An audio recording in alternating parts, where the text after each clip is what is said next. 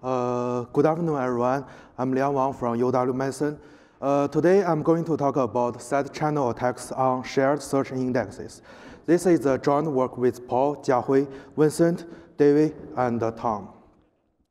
So many cloud services provide full-text search interface to enable users navigate large sets of documents.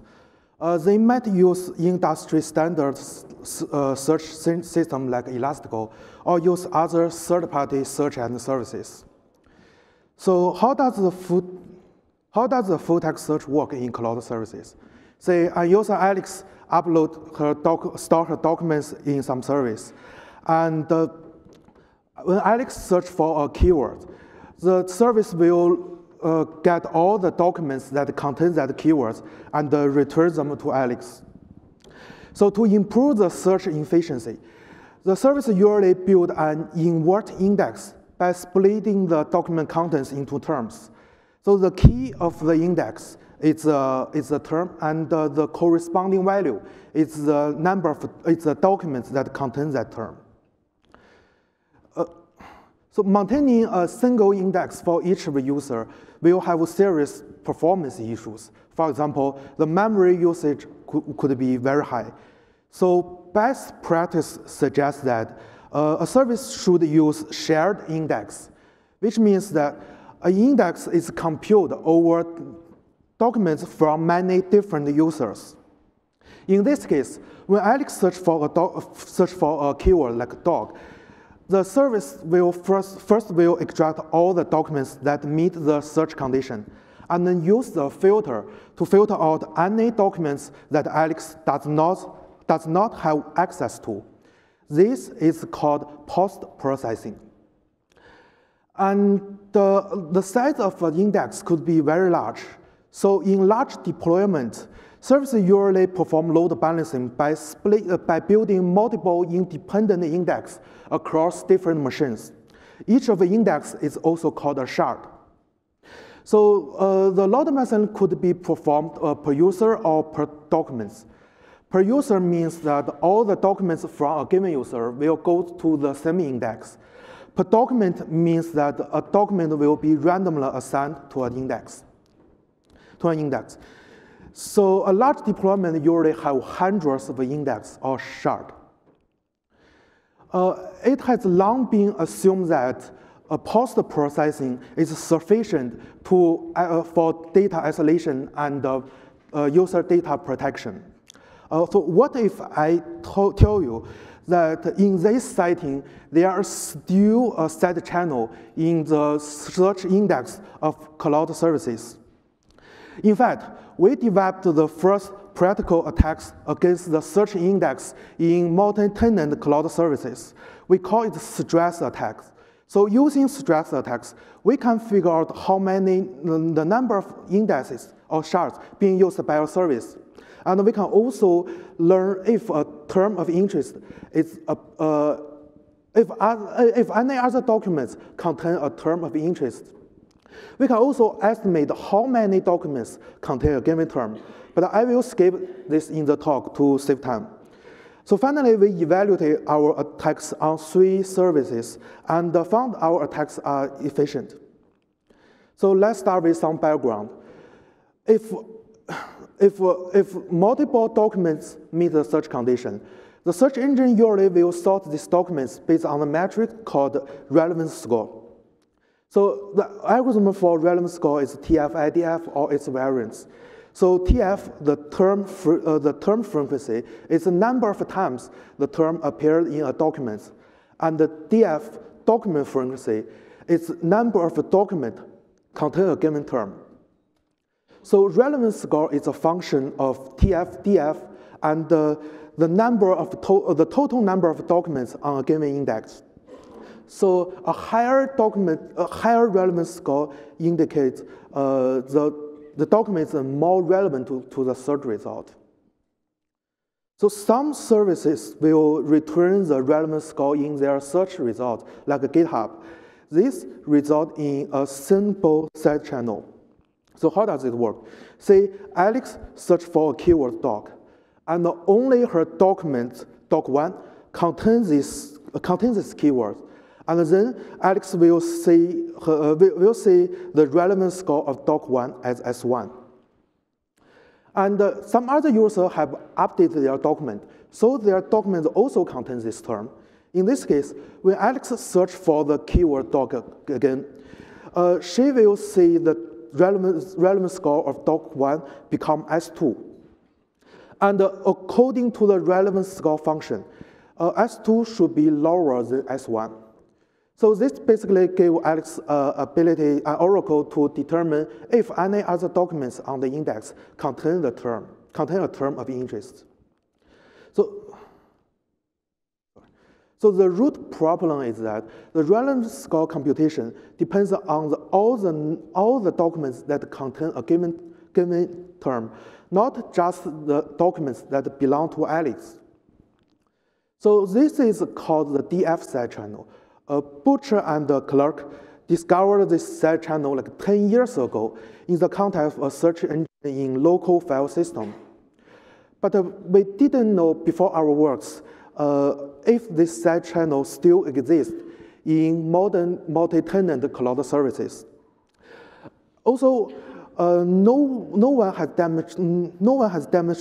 demonstrated any attacks that exploit this side channel against the real services. Because doing so requires overcoming lots of challenges. For example, the relevance score of a document might change constantly because of other users' activity. And the size of a set of a service could be very large in terms of the number of index being used in that service. So we overcome all these challenges and develop stress attacks that exploit the DF side channel in the search index of modern cloud services.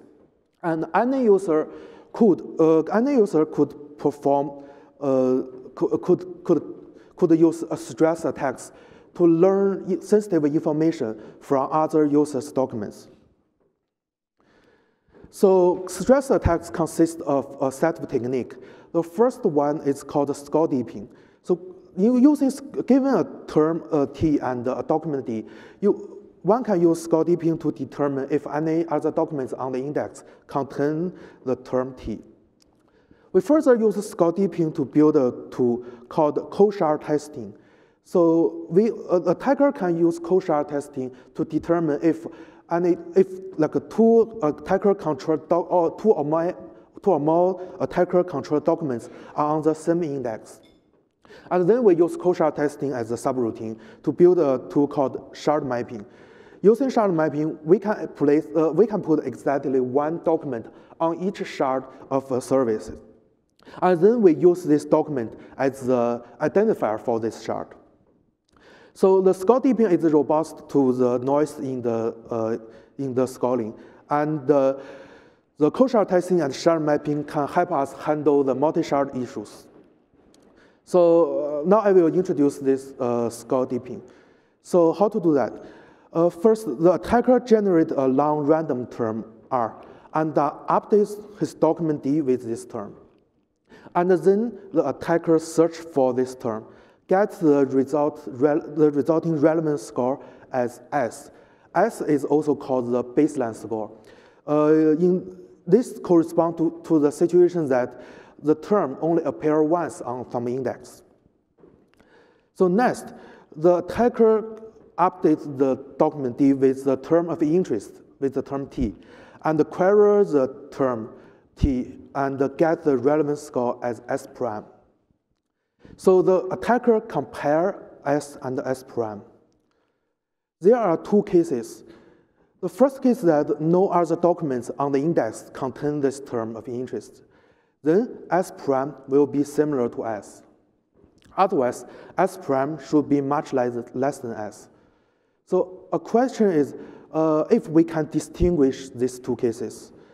The answer is yes. So this figure shows the changes in relevance scores as the term of DF increase. We measure it on GitHub.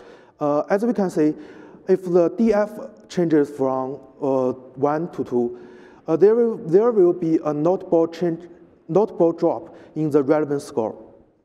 So in comparison, we observe that in a short time period, like in 2 hours, the noise only causes very small changes in the relevance score.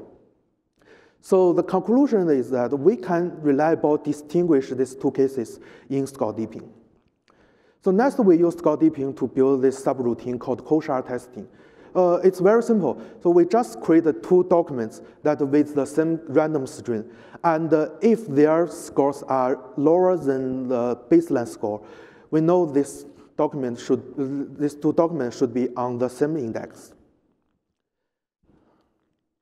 Next, we use koshertesting to build this tool called shard mapping. So why do we need this? Because as we mentioned before, a service usually have multiple shards.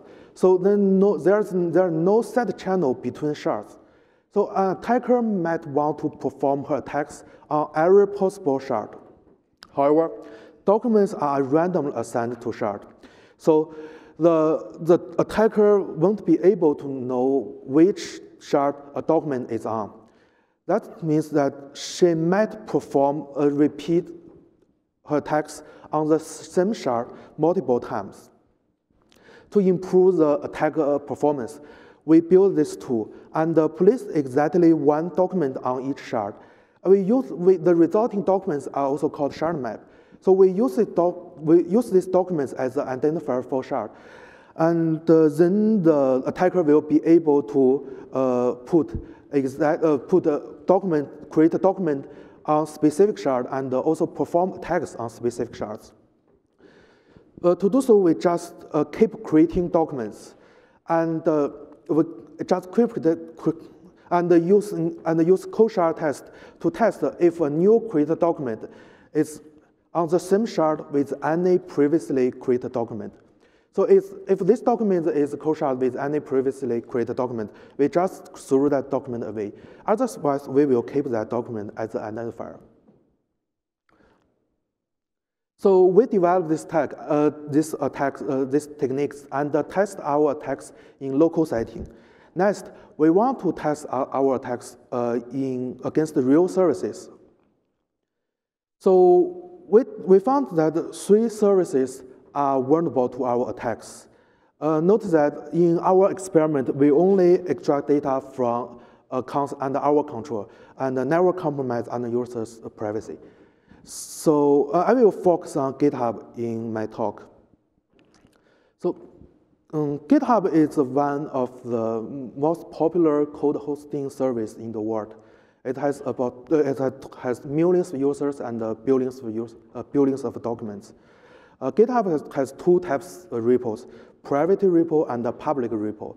I believe many of you own GitHub account and also use a private repo. Right? So GitHub uses Elasticsearch to provide full-text search interface for users. And they reveal their relevance score in search results. Moreover, according to GitHub, some users might store sensitive data, like a credit card number and credentials in their code. So this makes GitHub a perfect target. Even though there are some constraints on the GitHub, we can send 5,000 API requests for a given account in a given hour, and it takes us about 1 minute for GitHub to update its index. We still successfully found 191 shards in about 100 hours. Then, using the results, the resulting shard map, we are able to test if a given term is in any documents on GitHub in about 1 minute. So an interesting result is that we found the public repo and the private repo share the same index. That means that we can perform attacks using public free accounts to extract data from private repos. So here is the concrete scenario.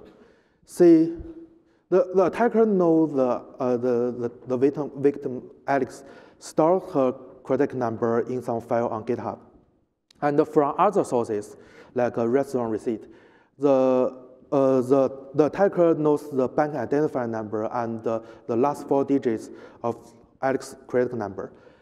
Then the attacker can use our attacks to brute force test all the possible credit numbers that might belong to Alex and figure out which one is stored in the file. So we estimate that on GitHub, given the last 4 digits and the bank identifier number of a credit card, we can brute force test the rest of credit numbers within 24 hours with net free accounts on a given shard. So there are some proposed countermeasures. Like a per user index, as we mentioned before, there will be performance issues. And a straightforward countermeasure is to remove the relevance scores from the search result. However, we actually can still learn sensitive information using ranking information. Please see our paper for rank-only attacks. And someone suggests that we can disable the scoring and the ranking of the search engine. This might hurt the usability of applications that rely on these features. So we also propose 2 countermeasures in our paper. The first is one is like use a public data set to train a DF model and replace the real DF value with the DF value from the model. And we can also mark documents as public or private and compute DF using only public documents. So please see our papers for details of these countermeasures. So in summary, we developed novel attacks against the shared search indexes in modern multi-tenant cloud services. Our results suggest that the post-processing is not sufficient to ensure data confidentiality. And we disclosed our results with affected services and get their positive feedback. Like for example, one service, Xen.do, immediately removed the relevance score from search result. And we got some fancy t-shirts from GitHub as a reward. So please visit our website for more interesting results. Thank you.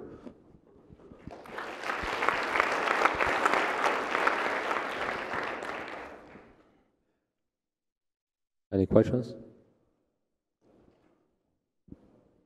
Okay, let me ask a question. So how accurate is your attack? What is the precision of your attack? So the true positive rate is very high, and we also measure the false positive rates actually.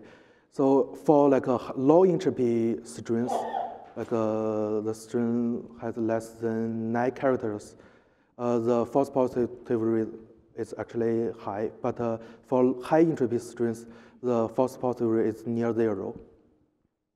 Okay, thank you. This is Pei Wang from Penn State University.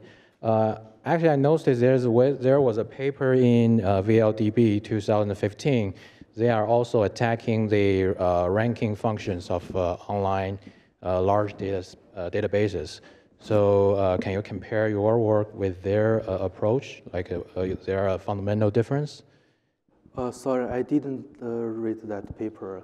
Okay, yeah, I think they attacked Amazon Goodreads, and some other, and Yahoo. So I think the results are similar. Okay. All right, thank you. So I was going to ask about some of your mitigation methods, and in particular the one where you replace the denominator with either a public, results from a public database or maybe even just from the specific language that the documents are written in.